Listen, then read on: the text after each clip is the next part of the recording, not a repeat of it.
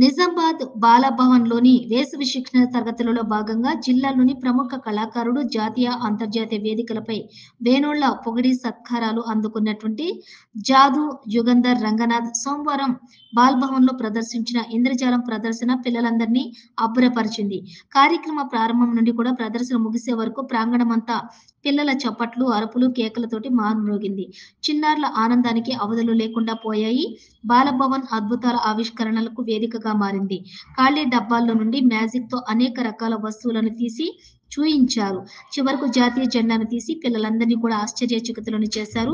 ఈ ప్రదర్శన పిల్లల్ని బాగా ఆకర్షించింది.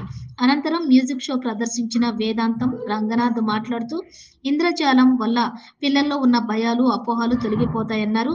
చిన్నప్పటి నుండే దేనినైనా చేసి చూడాలి, చూసి నమ్మాలనే నైపుణ్యం అలవడుతుందన్నారు. తర్వాత బాలభవన్ సూపరింటెండెంట్ విఠల్ ప్రభాకర్ మాట్లాడుతూ, వేసవి శిక్షణలో పిల్లలకు బాలభవన్ నూతన ఆవిష్కరణలతోటి పిల్లల్లో నిబిడీకృతమైనటువంటి నైపుణ్యాలకు, సృజనాత్మకతతో కూడినటువంటి ఆలోచనలకు పదును పెడుతుందన్నారు. మంచి ప్రదర్శన ఇచ్చిన జాదు రంగనాథ్‌ను ఘనంగా సత్కరించారు. ఈ కార్యక్రమంలోని ఉమా బాల, వెంకటలక్ష్మి, పుష్పలత, కల్పన, గణేష్, శ్రీలత తదితరులు పాల్గొన్నారు.